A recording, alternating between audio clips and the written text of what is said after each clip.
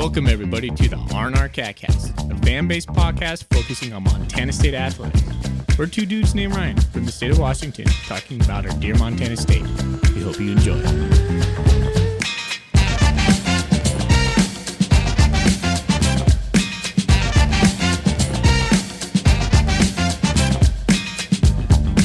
And good evening, good afternoon, and good morning, Bobcat fans. I am your R&R basketball host, Zach Levere, and this is Brickball. They had a nice little break for a couple weeks, but we're back to kind of go over a couple games that have happened for the Bobcats lately. And tonight, I am joined by Ryan Foley once again. It's a solo Ryan show. How you doing tonight, man? I'm doing good. I think my son almost crashed through the ceiling. I'm sorry if you heard that right there. That was startling. Well, it's a couple days early for Santa, so yeah. All right, man. We haven't talked in a couple weeks. A lot has happened in Bobcat world at the end of the football season, and then the end of the volleyball season too. Who saw the volleyball team going longer than the football team? Yeah, right. But great year for them. Really showed some heart. That was super cool to see. I had never watched a lot of college volleyball, never really had a reason to, but man, they gave us one heck of a year. So proud of them, happy to see what they'll do in the future. But it is the holiday season. We are recording on the 21st, and I served up a question to you and Thorny earlier today in our group chat to start us off. What is your favorite Christmas movie, or holiday movie for that matter? I'm going to go with Home Alone. That's a good one. Has to be, yeah, for me. I know my dad loved Miracle on 34th Street, which is a classic, but I'm going Home Alone. Yep. I'm a Christmas Vacation. I think that movie's hilarious. Clark Griswold is one of my favorite movie characters of all time, just in all his roles. It's just a timeless character, and I think the movie still stands up with some of the humor, especially as somebody who saw it and was not born when it came out. Absolutely. Just watched it the other night with my wife, but there's so many good ones out there. Thorny's was the one that... Go ahead. I think that I was going to say, I think the one that you really like sings to you as a kid is the one that you always stay with. And for me, it was Home Alone. That's such a good one. Thorny's I asked him today because I wanted to get those Christmas Story, which is another timeless classic and a good one. It took me till I got older to actually see the meaning of that movie, that like it's all a drama through the kid's eyes. I didn't get that until later in life. And then he said 8-Bit Christmas as well. One last shout out again, as a 2000s kid, Elf always holds a soft spot in my being a 6-year-old watching that movie for the first time was always hilarious. But good to think about Christmas movies. It's always good to hear Christmas music, and it's nice. It's always fun to think about those things. But we'll jump into basketball, as it is basketball season as well, which we are almost done with. This is the final game tomorrow for the Cats for out of conference. Out of conference is already over. We are heading into conference play on the 28th. So we've made it. It's been a roller coaster, to say the least, of the Logie era in conference, and we're here to talk about it. Can't believe it's almost conference time. There's definitely been some highs and lows in the out-of-conference schedule. I'm sure you're going to enlighten us on all that, Zach. Yep. So to start us off, I wanted to go over a couple things from our big win over Southern Utah. I was in the brick for that game. 89-88 overtime, a 3 to win it by Brian Garecki, who has come a long ways, and a great drawn up 3-point play to win it. Cats had a chance at the end of regulation to win it. They had about a 5 to 6 point lead throughout most of the second half of the first half, and then most of the second half, and then they lost it. And about 5 minutes ago, I didn't say it out loud. I didn't want to text you guys, but I thought, God, it'd be a shame to lose this game. It would be such a shame if they come back, but it's become a trend where the Bobcats like to play tight games, and against teams, if you throw away the games against some of the smaller schools, and then you throw away some of the games against some of the bigger teams we've played, the mid-major teams that are kind of within our wheelhouse, we have all played pretty tight for the most part. So it could be a season of a lot of very close Big Sky games, is what I've noticed. I wasn't able to watch this game. I was at running club, and I got back to the brewery we run out of, and the text message thread was, "Hey, we're going to overtime." And then I checked the score, and we were down quickly in overtime by a bucket, by 2 buckets. And I just kind of stopped. I was like, well, that feels like it's going to be too much to overcome. And especially then at the very end, I checked in and we were down. I don't know, but it took 2 misses on the end from Southern Utah and a 3 by Gracke. And I didn't see the play, but yours and Thorny's responses over the text thread was like, what just happened? Oh no. Oh my gosh, we won. Are you kidding me? And then I got flashes of last year we beat Southern Utah at Southern Utah. Raekwon Battle had an amazing play to end the game as well. He was a hero in that game. So him and Gracke, I bet you Southern Utah is just like, oh my gosh, I don't want to play the Cats anymore. They're done signing us for non-conference games for a little while. I think that for sure. That was a game that the Cats were in. It was against I think their record, I have it right here. They're 3-8 after the loss to us. But looking at their schedule, they played Idaho State, they played Northern Arizona. I think Northern Arizona got them by a couple points, but they beat Idaho State. They've played a couple other teams that we either have similar opponents or are similar to potentially us. So it's a 3-8, but it's more of an impressive 3-8 rather than and they look lengthy, and they had some guys. So good win, good push win towards conference play. I'm hoping this kind of lights the spark. That's what I'm hoping, is a play like this, a game like this lights the spark that we go into conference play. And I saw a lot out of this Southern Utah game. Lot more pressure, lot less 3-pointers. We had changed up our offense a little bit to drive to the hoop to draw fouls, I thought. Those were kind of things that I noticed just off the bat of scheme changes going into this game. We played some different guys. Naduka, he had a 16-point game, played 26 minutes. Giron had 24 minutes. 2 guys who haven't seen a lot of time who made definite impacts. So Logie for this one to spice things up. I also noticed Sam Lekla only got just 12 minutes, and he had been playing close to 30 minutes a game averaging. So his playing time went down quite a bit in this one. So the other thing I've noticed is we win games when we out-rebound teams. This one was close. We out-rebounded them 42-41. So that's kind of, I've always been a rebound guy because I always grew up taller, and so I rebounded a lot in like youth basketball and stuff, and that was always more important than points sometimes. But teams that out-rebound other teams generally tend to win ball games. So when we get out-rebounded, just like we did against Rocky, we tend to lose those games. And then the other kind of focus point I wanted to bring to this one was our crashing. We're not a tall team, but we have 5 guys crash into the ball, and it burned us a couple times. We accepted that we might not get back on defense, or they might fast break us a little more, but we looked really good when it came to crashing the boards with all our guys. So though we might not have the height or the size in figure, we have the guys crashing the boards, and that was really awesome to see that team crashing of boards. Also, it was frustrating because there was guys grabbing rebounds and ripping it away from other guys. I was like, oh no, you got it. So that was kind of my breakdown of that game. Was we were there, we let them back in at the end, but we won the rebound battle, and we did win the 3-point battle as well. We shot 9 from 21 from 3, which is by far the best we've shot all year. When it comes, we did shoot 20 of 41 in one of the games against one of the Native American colleges, but against real competition and real defenders on a more peer basis, 9 from 21 from 3 was really good. Yeah. Well, talk to me a little bit more about rebounding the ball, because that seems like a departure from what I was seeing early on. Go back to early games and even the loss against Rocky. It felt like we were just shooting the ball and then hoping one of our players would grab the rebound. It sounds like we are having more collective effort. Is that something that you see is different?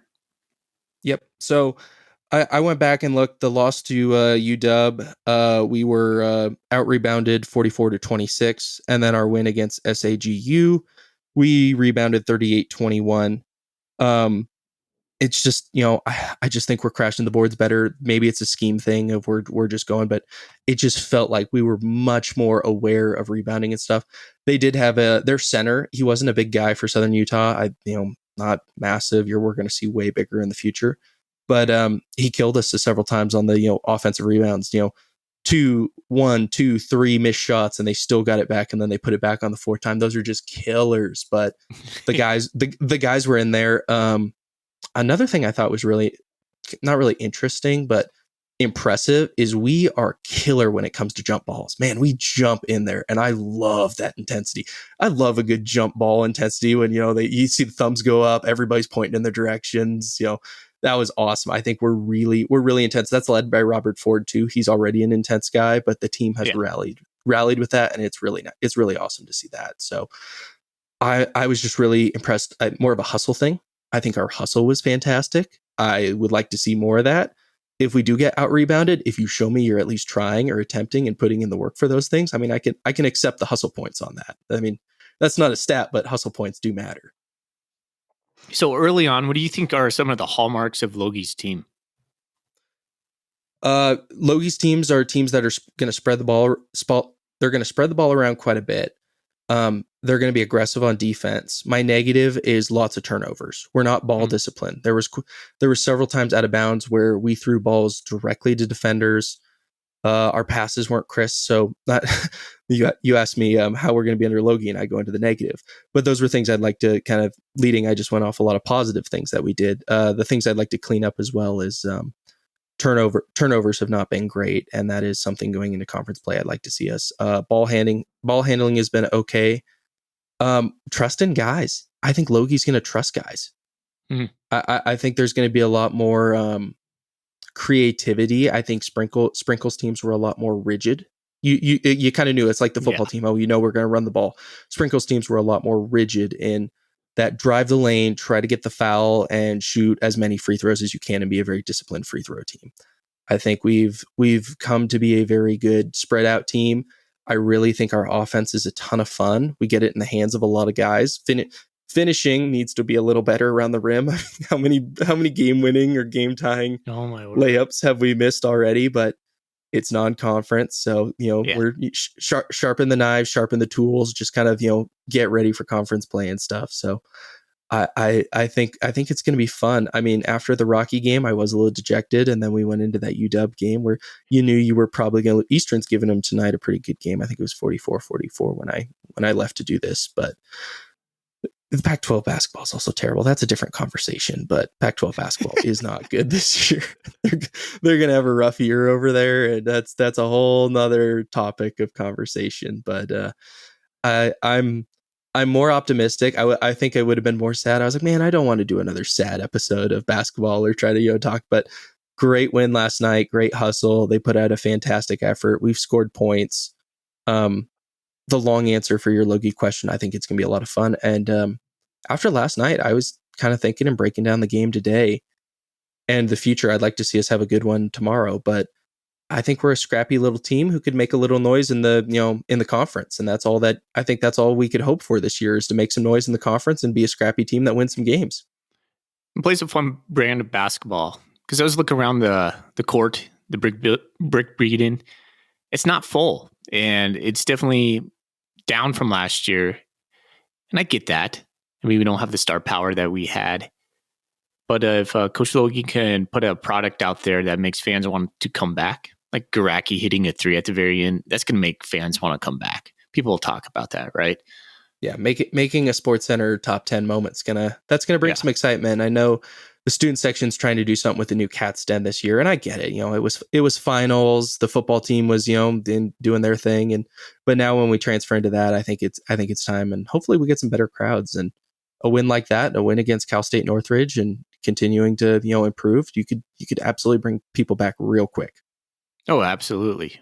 And when conference play starts, you're going to start seeing bigger crowds that are teams fans know about. And so I'm happy for that. I just hope Coach Logie can continue to craft this, and so the team continually gets better. It's going to be an up and down type of season, but if we can start to see guys take roles like Tyler Patterson, he's starting to break out of his sprinkled mold.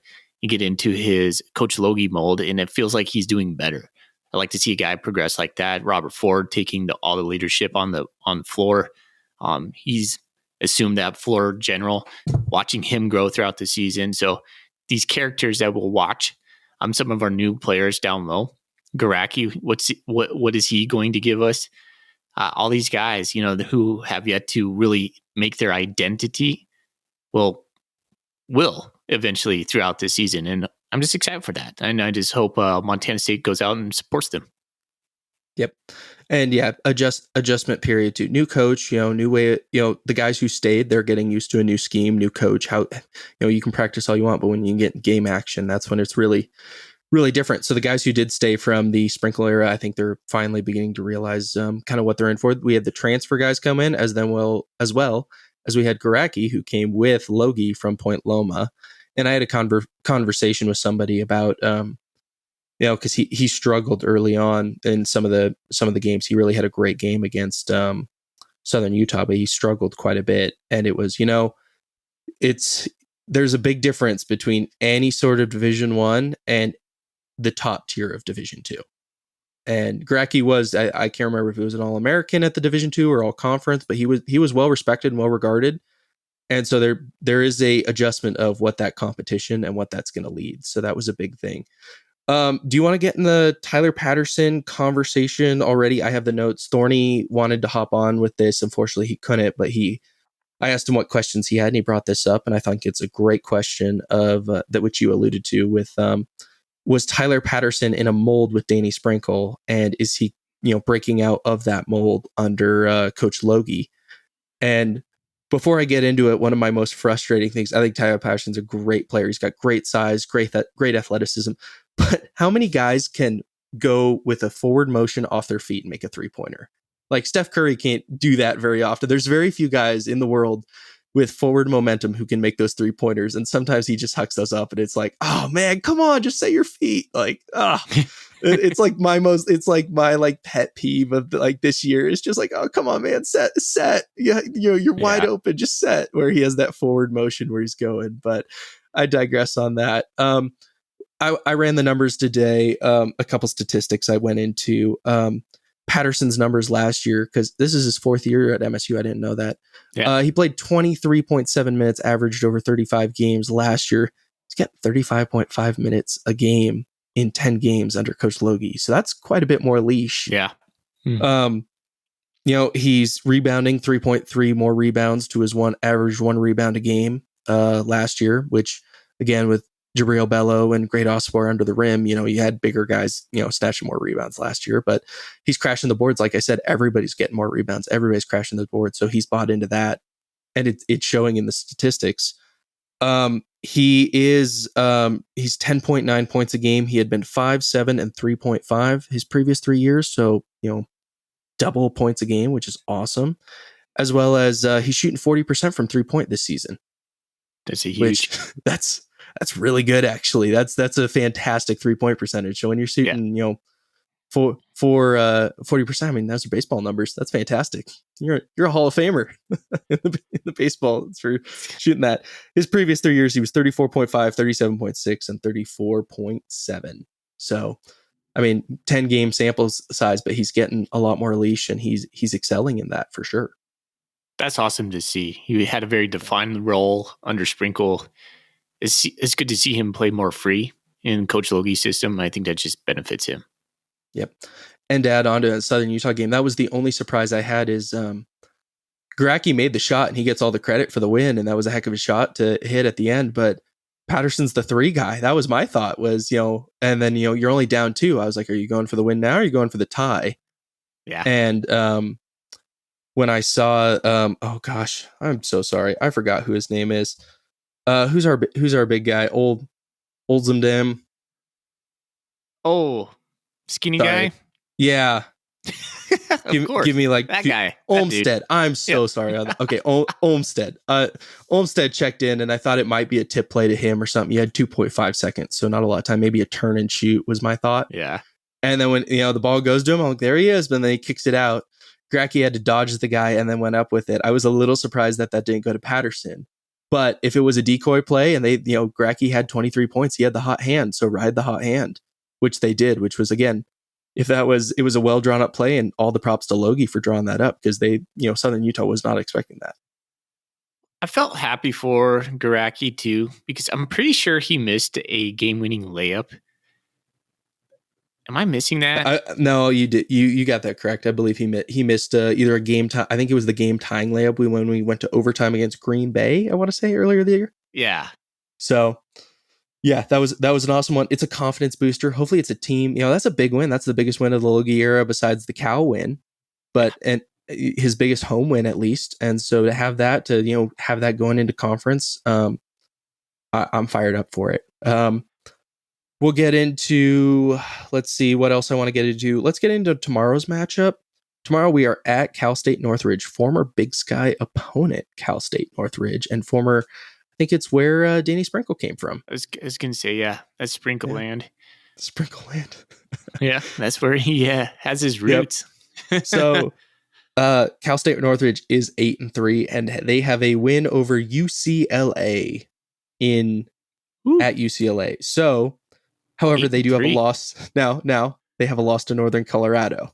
So that is the other side of the house. They have a loss to 4-4 Northern Colorado, who was one of the worst teams in the Big Sky last year. So just like us, they have a loss to the Battling Bears, as you like to say. The Battling Bears. Battling Bears. Kind of, 8-3. They've had, ups and downs. They played a lot of close games with mid-majors as well. They have definitely a star in Deshaun Allen Eikens. He's 6'6" forward. He is from North Dakota. This is his third school. He spent 2 years at the University of North Dakota. And then he was at the University of New Orleans, and then transfer portal man. He's spent the last 2 years, but he's averaging about 20 points a game. So he's going to be the one to look out for tomorrow. And let's see if we can contain him. I'm curious who we're going to put on defense. I don't know if Robert Ford's going to be, he's not big enough to guard him. So that's kind of the thing to look out for when it comes to tomorrow night's matchup is who's going to guard him and what's our defense going to look like, because he's by far their star. How tall is he? He's only 6'6". Okay. Yeah. So 6'6" forward, 5th year senior. He's played a lot of college basketball, played a lot of games. So that's kind of what to look out for. I'm just hoping to see us kind of move. We had the big break because we had finals here at MSU, but we had this break, and let's see how the team does coming off this big win, and hopefully it drives into something. Because if we go, you start piling 2 wins there, your next game is against Idaho State after Christmas. And I have right here, Idaho State is 4-7 with a loss to Southern Utah by about 10 points just a couple weeks ago to compare opponents early. But that's kind of my first thought on that is how we're going to look when it comes to tomorrow's night's game.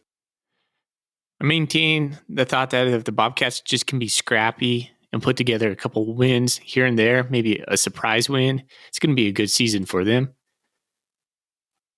Yeah, I think you're right, Zach, man. 2 wins in a row at home and then Christmas and then going into conference, that's going to be huge. Yep.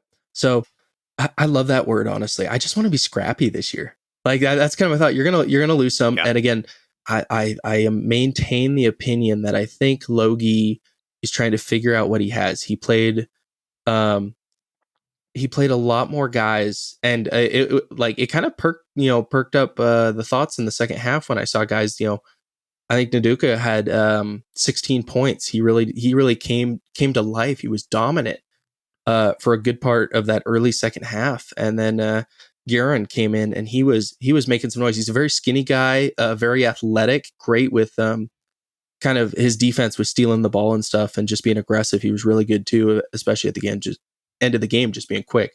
So Logie's beginning to trust more guys, get more guys in there. And that's kind of what I want to see is that scrappiness of this team and see who's going to kind of compete on that level. Well, that's a good sign of a good coach too, a guy who can kind of feel things out and not try to force everything. A good teacher does that as well. Like they provide a good structure within the classroom, and that's what it feels like Logie's doing. He's going, okay, hey guys, this is the structure, but you're going to have a little bit of freedom within the structure, and that's going to allow you to flourish. Whereas if you had maybe more of a heavy-handed coach and you're trying to force a system or something like that, that takes more time, and it feels like you just need the right players. To me, from what you're saying, I kind of like what Logie's doing, where he's going, okay, who do I have? And then how can I craft this? I think that's a better approach to this season so far. And, hopefully it pays dividends, but it's a good way of going about it. Yep. And we now have close to 10 guys averaging double-digit minutes. So that's awesome. That's awesome to see. That's so cool to see, more guys get, and it's more work for me to figure out who these guys are and what they're capable of. But now I think we have 6 guys averaging over 10 points or 10 points too a game. So I mean, there's no Raekwon Battle, there's no Jabril Bello, no. As sad as that is to say, there's going to be a lot more spreading of the love as you would have it when it comes to this team. Robert Ford's clearly the leader. He's one heck of a leader too, man. I mean. You couldn't ask for a better guy to lead a team. Yeah, when he came back in the summer, he's an absolute huge win, and he's an absolute class act too as a person. Like just things I hear about him, he's just awesome. So I can't rave about who he is enough. I mean, he's just an aggressive, awesome basketball player. He's also from Portland, and I'm from Portland, so that's another thing on top of that. Right on. But so anyway, I do have kind of. I don't know how I want to phrase this, but I kind of have a Big Sky breakdown. We'll kind of just go off of this, but we've kind of touched on it a little bit. I joked before we got on that I don't know where all these, Native American Indian schools with like 4 or 5 letters in their names came from. But when I was going over all the teams in the Big Sky, we all played them.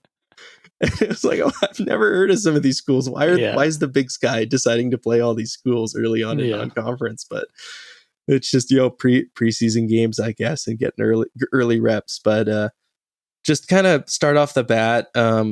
I'll just do a quick rundown of the Big Sky. If you want to jump in and just say anything, I'm going to be quick on it. I'm not going to spend a lot of time on each of the teams. But Portland State's 9-3. They're leading the conference. Again, nobody's played a conference game yet. Their most impressive wins are they beat Air Force at Air Force, Portland, and Fresno State. They have 3 players averaging well over 10 points a game. They kind of have 3 stars. They're a team to look out for in the Big Sky this year. I'd say they're probably, they're not the clubhouse leader because I think Weber is, but I think they're going to be up there and they're going to be a top 4 team in the Big Sky going into the season. And they're a team to look out for. They also have a really beautiful new basketball arena that they've had for the past couple of years. Man, growing up in Portland, I hated hate's a strong word. Hated that we used to go to the Montana State at Portland State games, and it was a dump. It was just the worst gym ever. So to see them have a super nice facility is actually kind of cool. Like, I know they don't get the biggest fan support in the Big Sky, but their facility is cool. And if, people over there want to support it, it's a good place to watch a game. So nice. We'll go into that. Montana 7-4. They've kind of handed it to San Jose State a couple times, but again, a lot of we'll see. They've just won the games that we should have won earlier in the year. I mean, if that makes sense, they've just won those close games. So they're 7-4 going into things, but we'll see what they. It's a big year for them too. They kind of were disappointing a little bit last year to say. Their tournament run was cut short a little bit. They had expectations to be right there at the top, and things just didn't pan out that way. So I would say there's some expectations there, and this is a big year for them. Weber is the favorite to win the conference. We play them on the 30th coming up. We have 2 road games to start conference play. So we will have an early at Weber, and that's a game I am very much looking forward to. Because that's not to say it's the toughest test going forward in the season, but that's going to be a pretty tall test and a pretty tall task to see. This is Logie going into a quote unquote hostile conference environment, or, a team that's perennial the last 20 years been very good in the Big Sky. Well, they have Dylan Jones. It always seems to me that Weber's guys just look like NBA guys. Their shoulders, their length, their girth. Man, they just look different than other teams. Yep. And they've got talent. I haven't seen a ton of them this year, but I dug into some of their numbers, and they're going to be a team to look out for. So again, I'd be surprised if we win that game, but I'm curious to see what we come out. Because again, it'd be a statement game. It would be exactly. That's a great way to put it. It would be a statement game on that thing. All right, moving on. A lot of just middle of the road. I'll just be quick on this. Idaho 6-6, NAU 6-6, MSU 5-5, and UNC 5-6. That's just kind of your middle of the pack right now. That's your generic. A lot of those teams have played kind of the same equivalent of schedule that we have. A lot of wait and see. A lot of let's see what happens in conference. I think when we do our mid-January episodes, we'll have a way better determination of where things stand. And I won't really do a Big Sky update. I don't think I'm going to do too much of a Big Sky update on that until we get to that point. So that's kind of where I'm at on that. That's going to your middle of the pack. And then I'll just spend 20 seconds on the bottom of the pack. Eastern's 4-6 after that amazing season last year where they didn't lose a conference game until they lost the last two conference games. And then they lost in the tournament in the first game of the year, or the first game of the tournament. I love seeing that, by the way. Eastern is 4-6. They're on a little bit of a rebound. They lost their best player to Gonzaga too. So yeah, Steele Winters, who then has a season-ending injury over there, so he can't play for the Zags. But I was just looking at right. Eastern's schedule. They played a tough schedule. They had at Utah, at Ole Miss, at Cincinnati, at Stanford. They played Washington State, which they always play. The Battle of the Palouse out here, essentially, and then at Southern California. So, and then they beat Air Force, Portland Bible. They beat Portland Bible 103-34. Oh my gosh, that's the same Portland Bible that just got destroyed by Portland State last year. And again, I grew up in Portland. I went to high school in Portland. I had never heard of Portland Bible. They're playing actually, Washington right now, but yeah. They're a little bit behind. I'll derail us at this point. Did you see that North Dakota State played a Oak Hills Academy school and beat them like 104-14? No. In basketball? Yes. Oh my goodness. There is one player who has he looks like he's 35, maybe 40 out there for this this small school, and he shoots like line drive 3-pointers that are air balls every shot. Probably shot like 20 of them. And it's the funniest thing. It's out there on the internet. If you look at the score, the score went kind of viral, and then somebody dug up the highlights or lowlights, as you would, and it was a good chuckle. It was pretty funny. I got a good laugh out of it, but you never want to see that in a game, and sometimes these are just prep games. But geez, man, throw in the towel. That was kind of like you just got to survive somehow. That's not surviving, though. Can you just give us our check for playing, and can we leave? That's all right. So then we're back. Idaho State is 4-7. I already mentioned them earlier. We play them on the 28th as our first opening conference game. That one, they lost to Southern Utah. That is a game I'm expecting a win. To be honest, that's a road game that I'm expecting us to go in there and win.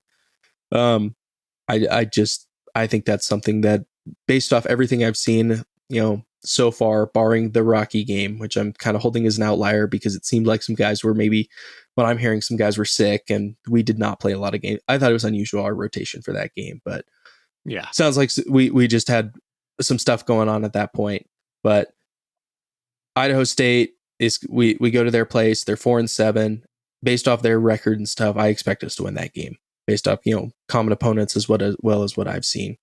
Then the final team of the conference is Sacramento State, and they are 3-8, and not much to say there, but that's all we'll spend on the bottom of the conference. But that's your early season kind of Big Sky look ahead just on rosters and, teams to look out for. Portland State's kind of my team in the conference to look out for.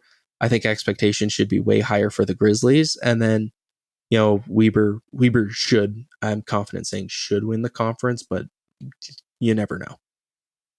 Give me a quick take on where you think Montana State's going to end up.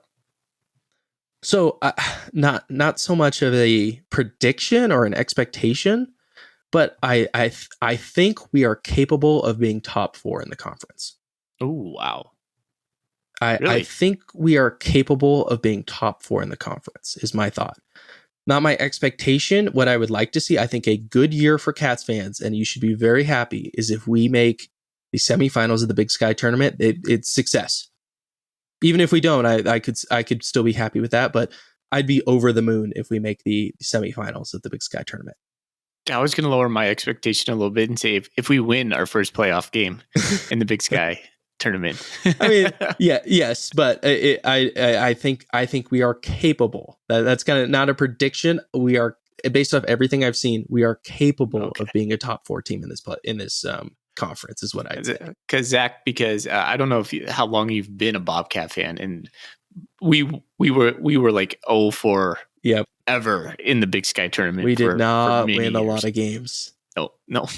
Did not win a lot of games till 2019, and then things started turning around. Ugh. We could have such a good season and then like just lose the first game. It was just like, season's over. It was just almost a running joke kind for of Bobcat like being basketball. A Bobcat football fan too. Yep. But again, my thought is, when we had the year of the Bobcat thing in 2021, and we had the success last year in both sports. Be patient. Be patient with the football team. Be patient with the basketball team. Things are changing. This is just how it is as a mid kind of powered team.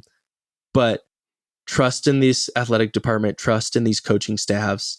I've been really impressed with how the football teams kind of turn things around. Shout out Bobby Daly. That's awesome. Super excited for that opportunity on that side of the house. Look at volleyball. I mean, volleyball had kind of been nothing, and look at the turnaround that happened this year under a new coach, new regime. So fun. It was fun. I watched random Tuesday night volleyball games for the first time in my life, and it was a ton of fun. I was so sad and emotionally invested when we lost to Weber. And if you told me before the season that was going to happen, I was not willing to say that. So I was totally invested in that. And then just have trust, have faith, follow along. And, I don't, if you're not going to be a real Cats fan, I don't want to say that, but you got to be there during the tough times too, because it's going to be sweeter. It's just going to be sweeter. I mean, part of the things too, I grew up as a kid in Portland. I'm also a University of Washington Husky football fan. It was so hard being a kid in the early 2000s when we were terrible, going 0-12, and now we're 13-0 on that. And to, think about that outside of the houses. It wouldn't have been as sweet now the past couple of years, and then the Peterson run in the 20 teens. Yeah. If you didn't have those struggle years where you were getting blown out by Oregon and losing Apple Cups to Washington State in bad fashion and those kind of things. So that's kind of my analogy on that, is hop on board, man. Come on to the Brick. It's a fun brand of basketball. Even the women's team. I mean, they just beat, I didn't go tonight, unfortunately, but they just beat a 10-1 North Texas team tonight. It's a good win. So, I mean, on the women's side, they had I wrote their record down here. Give me 1 second to flip my paper. They were 4-6. Now they're 5-6, but they played BYU, Arizona State. Yeah. Teams you've heard, not to say teams you've heard of, but big time Pac-12, Big 12, and kind of WCC and Mountain West teams. They've had a heck of a conference run, or just run of teams they've played. And they haven't gotten blown out. I think their worst loss is 13 points, but they were competitive in all those games. So on the women's side, we'll focus more on them, and I'll come in with some more stuff with that, I promise, in the future. But the women's team is fun to watch. They are there, and they are going to be competitive in the Big Sky as well. I don't have expectations or something. I can't tell you that at the moment, but they're going to have a good year too, and they're going to be right there, I think. Can't wait, man. I love the start of the conference season. I'm happy holidays are here. Christmas is here. But now, just talking with you tonight, man, I can't wait. I love this. I'm so excited. I'm Roger Fisher. Be patient. We'll get more episodes out. Don't worry. I'm sure there'll be a Foley Fisher fashion watch for vegan. I liked his suit today. I don't want to spoil anything, but his signing day suit was kind of dapper. So looking forward to what you guys have on the football side and the recap. And hopefully you can put a bow on things. I'm very happy with, I'm personally really happy with where things came out on signing day, as well as some of the transfers we're bringing in. So, Thorny and I are going to get on the mics and talk that out, and just reflect on the football season coming up shortly. That was supposed to happen this week, just hasn't happened yet. But if you've been waiting for one of those episodes, it's coming. So we're happy to bring that to you. And yeah, man, it's a good time to be a Bobcat. It sucks to see the Grizzlies going to the national championship, but tip of the cap to them too, honestly, because after they lost to Northern Arizona, like if you would have said, "Hey, that team's making the national championship," No chance. What Their are you fan smoking, base, man? Yeah. their fan base had no thought. They were calling their team soft. They were saying their guys didn't look like the teams of the early 2000s. They No. didn't have the look. None of those guys would have started. And either they took that personal or the coaching staff took that personal. But hats off to them. Hats off to that coaching staff. Yeah. They proved all the doubters wrong, and they came back and they kicked butt. And so not good to them, but hats off to them. It's impressive. They're a heck of a football team. Yeah. So have you ever had a bad take, man? After the brawl, when I came on here for when you guys had me on for the brawl episode, and I said, yeah, I think McDowell will get pulled if they go 3-and-out the first two, and then he goes down the field and scores. And now I felt dumb after that take, but I'm like, hey, I mean, I said if that happened and it didn't. So, but he's turned into a heck of a player, and he's had a great playoff run for them. So. We'll see what happens. I still think South Dakota State's the team there. I mean, when we played the Bison in the national championship, Bison were favored by 7, I think. South Dakota State's favored by 2 touchdowns, so almost double the points on that side. The line's out already? Yeah, the line's out. It came out pretty quickly, but they're now, I think South Dakota State's favored by 13.5 with the hook. So, yeah, quite a few more points, quite a different game, but what could have been with it? What could have been with the season? I'm on to basketball season. Let's see this scrappy Logie team play. Sounds good. Let's see some awesome things on that. But anyway, man, we'll get out of here. I'll wish you a happy holiday, and I'm sure we'll keep in touch with the text stream over the couple days, and I'm curious to see. I'm sure I'll have my questions in for the Cooley segment of what you guys talk about with the football team and going forward on the future episodes. Sounds good. Awesome, man. I'll get you out of here with a Go Cats. Go Cats. Go Cats, baby.